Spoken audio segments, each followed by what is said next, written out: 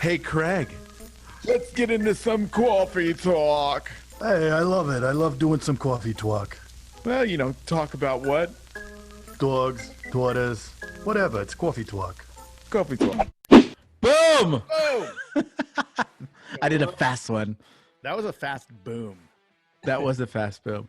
Well, welcome, Dave Williams. I mean, do we even need an introduction at this point? Yeah, no, thank you for having me again. I appreciate it. Absolutely. Always a pleasure. I love it. We didn't know it might be the third or fourth interview, which is awesome. You always have giant knowledge nuggets dropped all over these episodes, so it's awesome to have you. Yeah. Cool. Knowledge nugget machine gun. Got my team hired mug over here. Oh, Perfect. Look at Oh, that. I like that. I don't have a team hired mug. I want one of those mugs. I'll get one shipped out to you guys right away. We'll get one for coffee talk. Oh, we gonna use it on coffee talk. Yeah, absolutely. Made up everything, all kinds of swag. Well, when Dave's in the room, you know that there's going to be some hiring talk, and I think that of the four pillars, quite possibly the most important pillar is that hiring, right? Because if you don't have the right people on the bus, then the bus ain't going to go very far. No, 100%. Right.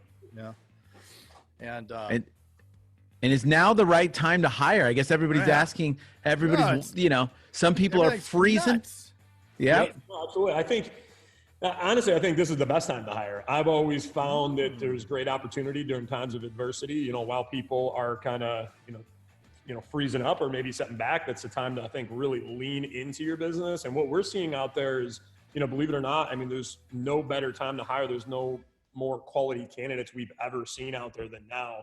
So we're seeing a much higher volume of resumes coming in, a lot more talent out in the marketplace, because unfortunately with just today's circumstances, there's a lot of people out there that have lost jobs. And I know it's the first tendency for somebody to do during times like this is try to freeze up and go into that, scale back mode. But, I think while everybody's doing that, now's the time to really grow your business, because, there's a lot of people that have lost jobs. They're looking for opportunities out there, and you can come in there and be that hero that, takes them. Maybe they were at a job for 5 years and now they're just realizing that their job didn't have the stability and security that they once thought there were. And you can come in with the insurance industry and show them the strength and this great career opportunity of joining your agency and your team. Yeah. But Dave, if our office is closed, how are we going to get those people in our offices? Yeah, I mean, that's a great question too, because I mean, that's how we always did things at Team Hired is, as you guys know, we've done hiring events for you guys. We host the hiring events. We do live interviews, live group interviews, and that kind of took that out of the cards. So we quickly had to pivot, and we took things virtually, along with our businesses. We took this virtually and started doing the exact same process, but over Zoom, where we're getting, 10, 15, 20 candidates all simultaneously on a call. And I'll be honest with you, there's a lot of aspects of it that I like better. A lot of our clients are, giving great feedback that they're liking this process better, because now it's real easy for somebody to jump in from anywhere, hop in, log in, do an interview, panel style with everybody, and then also have other members of your organization in where, maybe it wasn't in the cards before to have other key decision makers in your company be a part of the interview process. Now they can just log in from their phone. They can be there, jump in, and help be a part of this decision-making process with these candidates. And again, I'd say that the uptick in quality candidates has gone up substantially, because what we historically saw in the marketplace with the low unemployment rates was, the talent was few and far in between. And when you found that talent, the competition was substantially high with a lot of different companies that are competing for those same people that were few and far between. Now the script is flipped. A lot of people are in that that kind of frozen mode where they're not doing any hiring, and there's just a lot of talent out there. It's amazing how this pendulum flips like that, right? Like it is totally opposite. Now there's all this high caliber talent looking for places, and everybody's frozen. Yep. So what better time? It's like everybody jumped off the lake, and you're the only one there with the best bait. And you just absolutely. And I think that's human tendency, right? When things like this happen, like it's understandable, like that fear sets in, but you can define fear, a couple different ways: forget everything and run, or face everything and rise. Yes. Face everything and rise. Absolutely. I mean, we've been kind of talking about that on the podcast too. Like, we're seeing a lot more contact rates when we're calling out to potential clients. We're seeing a lot more activity. I'm shocked by, like, I honestly feel that there's so much opportunity out there right now. It's ridiculous. And you bring up a great point on, there is so much opportunity with hiring. A lot of times we can't get those high end, I don't know, licensed candidates or unlicensed, but I mean, I would almost say licensed now, right? Because a lot of agencies are scaling down rather than scaling up. Yeah, no, absolutely. We're seeing definitely a lot more license come through the pipeline. So there's a much higher mix of that than ever before. And I think another great thing about this too is it kind of forces you, those that really lean in, it forces you outside of your comfort zone to operate differently. So when you think about, Totally. eventually this too shall pass. And when we're there, and those that really lean in and start to operate differently, might completely transform their agency in a totally different dynamic way where, imagine now people get used to operating vertically, and that's a whole new channel for their business where now they're maybe having some people in the office, but they also have a total secondary team that's all operating virtually because, they got used to that and comfortable with that and, build up some muscle around it. Yep. And I mean, even in our, personally, my agency, that is definitely what happened. Like, we're never going back to the way it was 100%. Like, this is definitely molding, and we're coming up with new systems that are just completely changing our business model. Yeah. No, that's huge. And I love it. Better, it's easier. I mean, it literally has become even easier when at the same time everybody kind of thought it was freaked out working from home. But I mean, there's ways to create accountability. I mean, it's almost easier to say, look, you're just not doing it. Yep. You're not. I mean, you're either going to make it happen or you're not going to make it happen. And if you're not making it happen, and you get to work from home, then sorry. Absolutely. Yep. I mean, we've even seen some improvements in efficiencies too, because if you think about it too, how many times happens in the office when you got the same people that they really know the answer in the back of their head, but they're asking the same questions of the same people, and there's just so much time Right.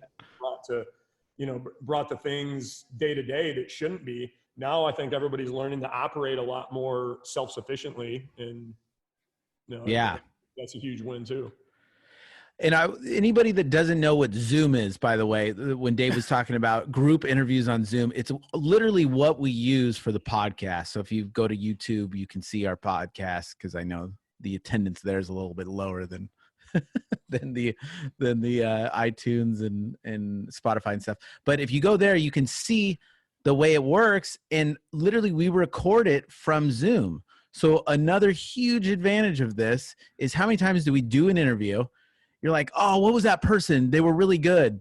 Well, Zoom records it for you. So you can go back to those catalogs and actually revisit the interview. And, maybe because you were doing the interview, you didn't think, or you didn't really pay attention to the way that they were acting on the interview. Now you can review it and really see those candidates. And that's what Michael Jordan did to get so great too. He just constantly watch back the rerun clips to get better and better and better. And I think you need to do the same thing with this, because I think it's safe to say that not everybody is interviewing all the time historically. And I think it's a point. One of the things I see that gets in the way of the interview process and just the hiring process in general is that lack of comfort. People, sometimes fear it, and they don't want to really do it.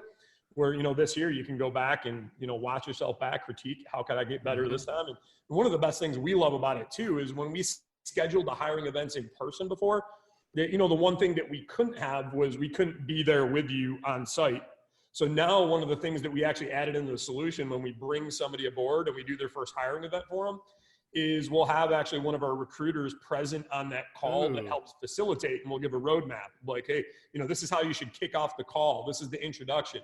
Once you do the introduction, tell them the why behind the group call. Once you explain the why behind the group call, tell your story, because no matter who we are, whether it's agency owner, hiring manager, I think everybody has powerful stories when they dig deep enough on how this particular career really impacted and transformed their lives. And those are the type of things that, candidates want to hear. So that's what we'll do, is try to create that framework and guide people through that interview process to have, a real successful event. That's awesome.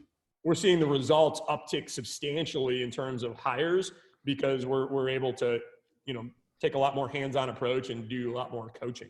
Has the show rate, it has to have gone up, right? Because they don't have to get in their car, drive over to the office and all that. Yeah, I mean, we're seeing a higher show rate too in terms of the virtual interviews too, because again, they can just pop in from anywhere, and I think a lot of people also, they don't have a whole heck of a lot much to do right now. Yeah. There's really no excuse. Lots of interviewing. You know, I'm not working or doing something else. They're all stuck at home. Yeah. And it shows whether or not. Sorry. Oh, go ahead. It shows whether or not they're technically savvy. Like if they can't figure out how to do Zoom, which is really easy, then maybe they're not suited for like an office with technology. Isn't that the one thing that, I mean, I always overlook that. I always forget to like do the hands-on computer aspect of it before hiring people. It's not my strong suit. And then, They come in. you know, Where's they the come in, they're like, The button. Yeah. Turn it on.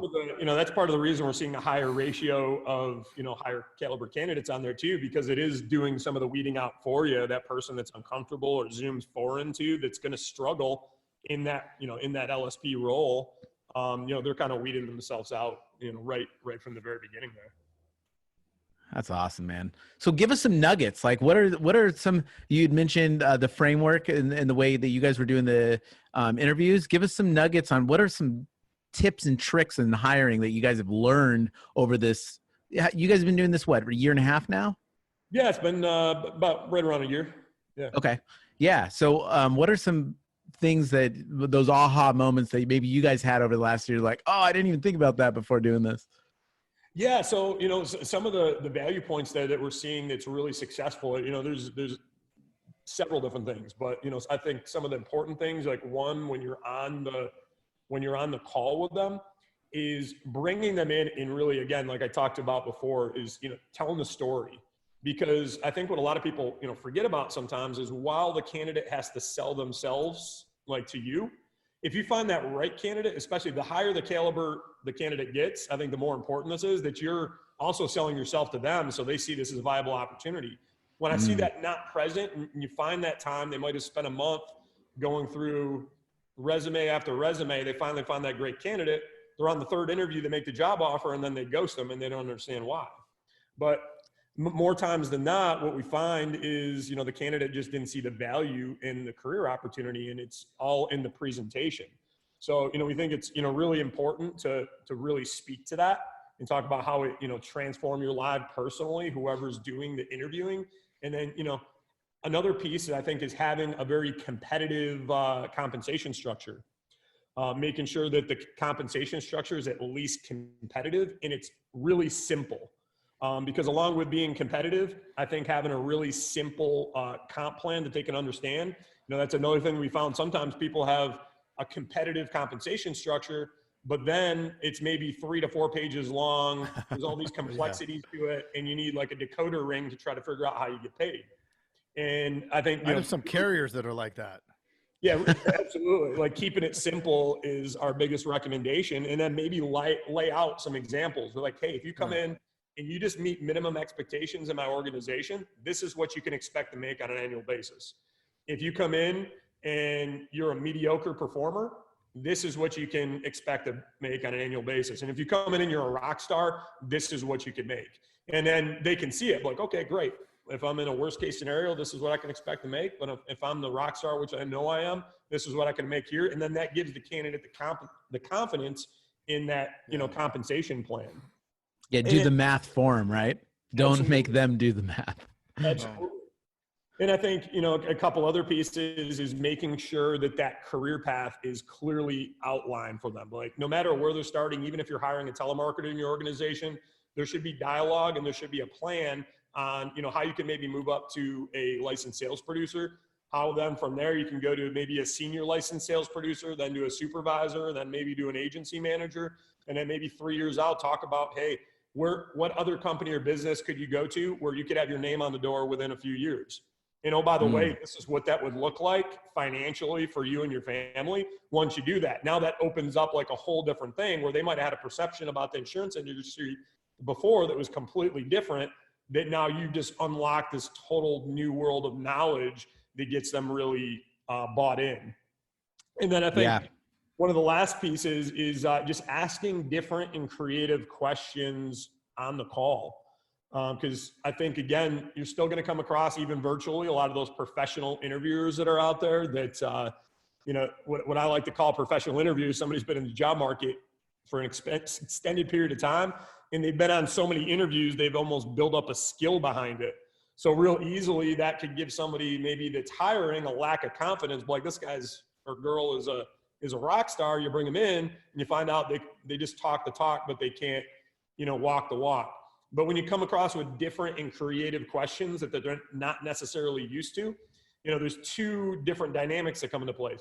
So there's, you know, they're answering different questions that they got to kind of think on their feet, but now they're interviewing differently than they've ever done before because they have a bunch of strangers around them that, I mean, real easily you're going to weed out those professional interviewers, and then the right candidates that in your gut said, hey, this is a great candidate, they're going to, you know, rise to the top and really shine during that process. And, you know, a lot of times people will ask, well, you know, what's an example of, you know, a creative or different interview question?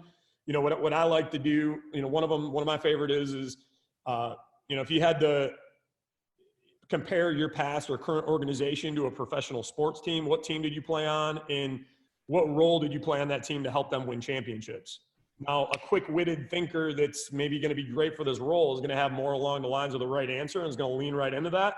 And then somebody that isn't, that's going to probably stumble, fumble, not really know what to say, and you can weed out those individuals, because those individuals you're weeding out are probably going to be the same ones that are having difficulty overcoming objections during the sales process, or the ones that you have to teach the same thing over and over with.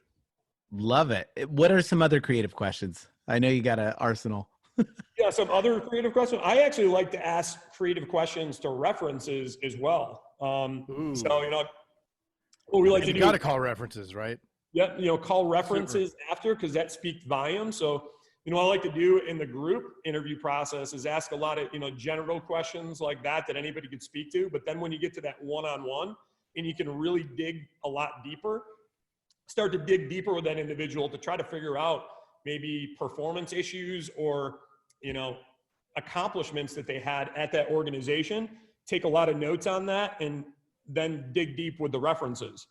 You know, so one of the things we like to ask the references is, you know, if you had to sum up in maybe 2 to 3 bullet points how this person really contributed to your bottom line in your organization, what were those 2 to 3 main things that they did that was game changing for your business? Now, when that reference is maybe a little bit hesitant or can't speak to that, you know that they weren't a real contributor. But if that person comes in with passion, energy, and that reference really starts to validate, and you see some consistencies with what the reference says and that person said in the one-on-one interview, then, you know, things are starting to really progress and starting to show you that this is, you know, the right candidate for the role. I like that, because if you directly ask them, were they good? Like, would you? Yeah, you're gonna get that general. And so it's almost the same thing with the references. You got to dig deeper to, you know, try to get the answers you want, or ask the question in a way where they maybe don't even realize you're asking that question to get the intel and the data that you're looking for. Another thing, actually, think about it, that, you know, I think that's great during the hiring process too, and it's invaluable. If you're somebody out there that's struggling with hiring, you just can't find people, or you constantly have people ghosting you, take note that there's probably a reason behind that. And a great thing to do is an exit interview with the candidate. So I like to do exit interviews with the candidate. So if they didn't accept the position and you took them all the way to that end and you were confident in them, call them up like, hey, help me out. I'd like to know, what was it that made you pick a different position and not go with us? That data is invaluable. And especially after you stack up maybe, you know, 3, 4, 5, 6, 10 people that have all given you that exit interview, you start to see consistencies and how you can change your process and pivot to get a higher level, higher level of success. And it's a great thing to do even in your organization if you lose somebody. So if you've, you know, had a key person in there, or somebody that maybe is in your organization even just 90 days, do that exit interview to really understand, like, hey, I totally, you know, respect your decision if it's the point of no return, but, you know, tell me what went on, what caused you to leave, and what could we have done differently for the next person that comes in the door, you know, to get them to stay with us for 3, 5, 10 years.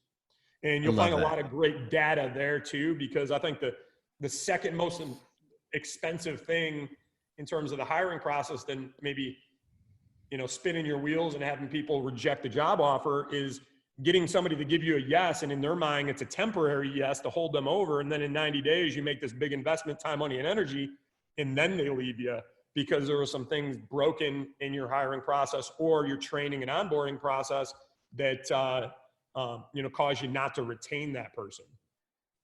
I love that. It takes a little bit of pushing the ego aside to ask those questions, but gosh, what valuable info. And I would almost say too, those people that it did work out, it's like, what grabbed you about this? What made you decide us over somebody else? I mean, all those data points are just fire. Oh, absolutely. Now you're making real-time decisions not off assumptions, but based off of what's actually going on. And we found that these things were so important that what we actually did is we created our own digital hiring course. We just launched. So we're giving that to all of our customers now as part of the process, where they get a 25 video course just specifically on hiring and recruiting. It talks about all these things and helps coach them through the process. Because, we found that it wasn't just about just going out there and recruiting and delivering people to them. We're seeing that people needed some real hands-on tools and training behind this. So, we created this virtual course that we provide all of our clients as well, that tries to help make sure that they have a successful hiring process. That is awesome. I love that. It's true. I mean, there are so many people that have, like, even you guys, like I know your office, awesome hiring, like you don't talk negatively about it, but you hear a lot of agents that do talk negatively about it. If you talk negatively about it, you're just doing it wrong. And you're probably getting a lot of bad results. And instead of realizing, hey, there's other ways to do it and trying to improve upon it, you're probably just spinning the wheels, doing the same thing, getting the same results. And it's like, we gotta, there's ways to make it easier. And it's learning. It's like, no, absolutely. And we've seen that with a lot of people too, is like they're hesitant at first to, first jump into maybe a group interview, or especially virtually, just because it's so different. But the common theme and response that we get is, once they really embrace it and they do it, is, I won't hire any other way now. Like, cause it's totally, it's so much better. It's so much more efficient. We've even had multiple people come in and say, you know what, it actually made it fun, because we do some exercises with the group to get everybody really going, and it's more interactive, and it's just a lot better experience, I think, overall. So for somebody that has never done a group interview, what are some of the benefits? Like, let's say I've never done one. What would you recommend for me to expect in the way I should act in a group interview? Because it's super intimidating to me. Yeah. So what I tell people is, think through the eyes of the candidate, to make sure like everything's 100% buttoned up to perfection as possible. So, what I mean by that too is, like, when you're on that interview, dress to impress the same way you expect the candidates to, because again, the higher the caliber of the individual on there, they're going to be assessing you while you're assessing them. So it's like, you're dressed to impress, you're professional with your team, making sure, especially on Zoom, that you have a good background. Like, you probably don't want to have your Zoom set up in front of the laundry room, because that's going to make an impression to the candidate. So think about it through those lens. If you were a candidate walking into the insurance industry for the first time, going on an interview, and you're looking at things that maybe you're not looking at through that lens, what would perfection look like that would sell you as an individual to get you to that initial yes and want to jump on board? And I think that's one of the, that's really one of the important things, and just, planning ahead and being very intentional throughout the whole process. So again, we recommend, having it in steps and stages, and then just, reading off to the candidates when you get in there, hey, this is how this is going to flow. This is how this is going to work throughout the call. This is going to be the length of the call, giving them everything to expect, telling them that story, the background, giving them the education on the insurance industry as a whole, to really make sure that the candidate knows what they're getting into. Love it. Love it. And I think there's also a balance between sell, make them excited about it. You also have to manage some expectations and have them understand that this is a really, really difficult job, right? Yep. The role of the producer in an insurance space is not easy. So I think there's the hook 'em and then make it real. Yep. No, You think absolutely. that you're just going to make a bunch of money and not have to do anything. That's also not the situation, right? No, 100%. You want to have definitely that fine line there, and make sure that they clearly understand the position position. The worst sales job in the world. Yeah. But at the same time, there's great benefits and rewards to doing it. Yeah, so no, if you 100%. can handle, being successful 10% of the time or 15% of the time, whatever that number is, and taking leads and grinding, and we're going to do everything we can to make sure that you are successful. Yeah, no, absolutely. And, I think it's important too, is asking them a lot about, their goals. What are their goals, not just career wise, but what are their goals personally? Because I think you speak to them at that level. A lot of agencies or businesses out there, I think truly deep down, they run and operate like families. And I think it's important to articulate that it's not just important where I want you to come in and be a producer and just hit a number, but it's like, I want to help you hit all your personal goals you want to reach, whether that's buying, owning an agency one day, owning a business one day, whether that's getting a new car, getting a new home, sending your kid to college, and tying those two together. So it's like, okay, great. I want to provide a better life for my kids. I want to get a new house. I want to get a car. What does that look like and translate into at a level of performance working here, and how you're going to help them get to that level to make all those dreams and ambitions true? And that's how we operate in there, and really talk about your culture.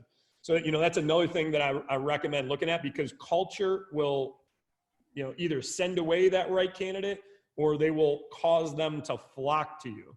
Mm-hmm. So making sure that first and foremost, you have the right culture in place.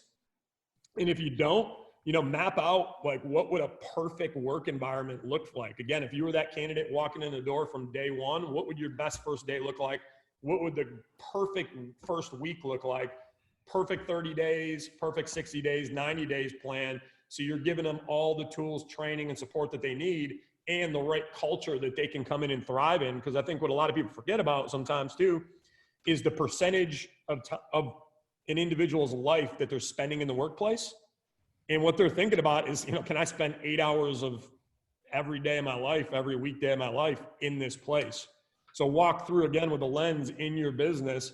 Have you created an environment that's almost not like working, where they almost want to come and it feels like they're taking a break coming into that work family and that fun, energetic environment where everybody is working together to win? Love it. What would you tell someone that maybe is on the fence? I don't know if this is a good time to hire because I'm not necessarily in the office and I can't train them in person. I mean, where would you kind of guide someone in that has that thought process? Actually, almost the same way. You got to look at that, flip the script. I think there's no better time, because I think it's safe to say that training is one of the big things that lack for a lot of, employees or new hires out there. And that's the sheer reason why they fail. So now's the time to slow it down and actually really take the time to dive in and train with that individual in there. So, I hear things all the time. How do I train them? How do I get them set up? How do I get them licensed with all the testing centers closed?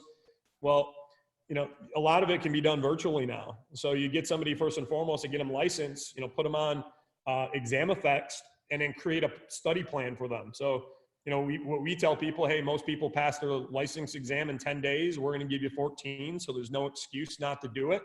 And day one, you're going to study this, do this many practice quiz, and have a whole regimen that's planned out where they report out to somebody. And, by the time that they get that done, one would hope the testing centers are not. A lot of states are allowing and making exceptions, I think, to do it virtually. And if we're stuck in this place for a little while longer, I think more states are going to do that. But then, while they're waiting idle, it's a great time, I think, to pair them up with one of the best people in your organization. I always found iron sharpens iron. So there's no better thing to do than put somebody with the best person in your organization to study them and mentor with that individual. And the great thing about doing it virtually too is now you could just share the screen, pop somebody in, and they could listen to everything that's going on, and not just listening to a call, but they're seeing literally every move that they're making on the screen to learn from the best of the best during time. So I think there's tons of opportunity there to really get that person, trained up the right way. So when the doors open, they're really ready to go. And you know what, who knows, maybe your operation looks different by that point. Maybe you're operating 50% in the office and 50% virtually anyways. And if you can build up this muscle now while we have to, it's a great expansion point for your business to then even broaden the umbrella. Maybe you can hire somebody in a totally different state if you're in a challenging market right now and you've really got the whole virtual thing down, and you test out bringing somebody in from another state because there's so much talent in one state and not in your local area, and you can have a blend in your business. Yeah, we have time on our hands now and the opportunity to develop a system that may be the way that things are run moving forward. I mean, it's huge. So we've gotten pretty good at it. I know Jason's gotten good at it, and certainly you've gotten good at it. How can people go and find out more about Team Hired, sign up, do all that kind of stuff? Is there an idea? Yeah, so real easily. Anybody can always, I'll leave my cell phone open, even if somebody's not looking to necessarily invest right away in hiring services. We do make it so it's incredibly affordable. But, somebody can call my cell phone anytime, 585-317-1168. Our direct line in the Team Hired is blow them up. You're crazy. Blow them up, everybody. Yeah, I'm happy to help. Even again, if you're not ready to be a paying customer, I just love, helping. So I'm happy to help in any way, shape, or form. You can visit our website too, teamhired.com. It'll have lots of testimonials of people that have a lot of success. We probably got about 40 agents that have given us testimonials that we've gotten phenomenal results for across the country, including people that have experienced the whole virtual interview process. And we can even arrange, if you wanted to, like jump in on one of our virtual interviews. I mean, we got plenty of customers that are open to that too, that wouldn't mind an extra helping hand to jump into that process, and you can kind of dip your toe in the water to see how things actually work. But love I'll volunteer to go live when we do mine. Okay. If you want, dude. So if you're listening to this and you've ever had trouble hiring and you've always wanted help and you don't do anything after this episode, you don't want to learn. Like Dave's literally giving you a ton of resources to do this. So just realize that you actually don't want to learn. So just say that out loud to yourself right now. I don't want to learn. Because it's the thing that everybody complains about. But if it's something that you must do. Like if you're going to own a business, regardless of whether it's an insurance business, a marketing, but whatever it is, you must be looking for people constantly. Absolutely. Otherwise, you just have a dying business. So, and I was I just had in my mastermind, I had an opportunity to talk with Andy Frisella. He came on one of our calls to talk to, and he's anybody follows him online, he's known as the MF CEO. He's a real big guy, built multi-million-dollar companies, and I had a chance to ask him what's the most important thing to him when it comes to hiring and building a team. And the biggest thing that he said was, he always, no matter what, will hire on character over talent all day long. He's looking for people that have the right character, and he will not compromise on that. And he's really got, his culture is so defined in his organization. It's like unshakable. He's got set expectations. They're high expectations that he expects for his team members and how they deliver for their customers. And he will not deviate from that. Somebody that can't live those expectations is out. He hires specifically to the character of the individual that they feel can really embrace that company culture over anything. And their philosophy is everything else can be taught. If you got the right person with the right character that can live your core values and work together with your team, the rest of it can be taught. And one of the best ways that he trained his individuals is, he would have he always does a mentorship process in his business. So when that person comes in, he has a philosophy, every important position in his organization, that he's always got a second player, even if he doesn't need it, because you never know when you're going to lose that key person, any reason that comes up out of the blue. And if you're caught in this reactive state, trying to fill a role, especially an important role, if you think about that, from the point you lose the person, you got to find the replacement. That could be 3 months out. You got to train that person. That could be 6 months out. Yep. But while you have that talent, don't take for granted that you have that talent in your organization now, and pair somebody up and overstaff, have them with it, figure out a way to get that person to pay for themselves, and have that talent teach other talent now. So if you have to promote that person or you do happen to lose somebody, you already have the backup in the wings. And, those are a couple key fundamentals that resonated with me that he really operated by that allowed his organization to thrive. That is awesome. I love that. Yeah, that's some nuggets right there. Dave, so anybody that doesn't know Dave, I mean, you got to hear the first interview. I think it was the first one when he goes over his backstory. It's so inspiring, so cool. Dave, Wicked City. Yes. So go back, listen to that, then come back here and listen to this. Dave, I want to ask you, how do you stay so motivated, man? Like, you're always happy. You're always willing to help people. You're always have a ton of energy. Like, where does this come from? What do you do to get that? And how do you stay so positive in the environment that we're in today?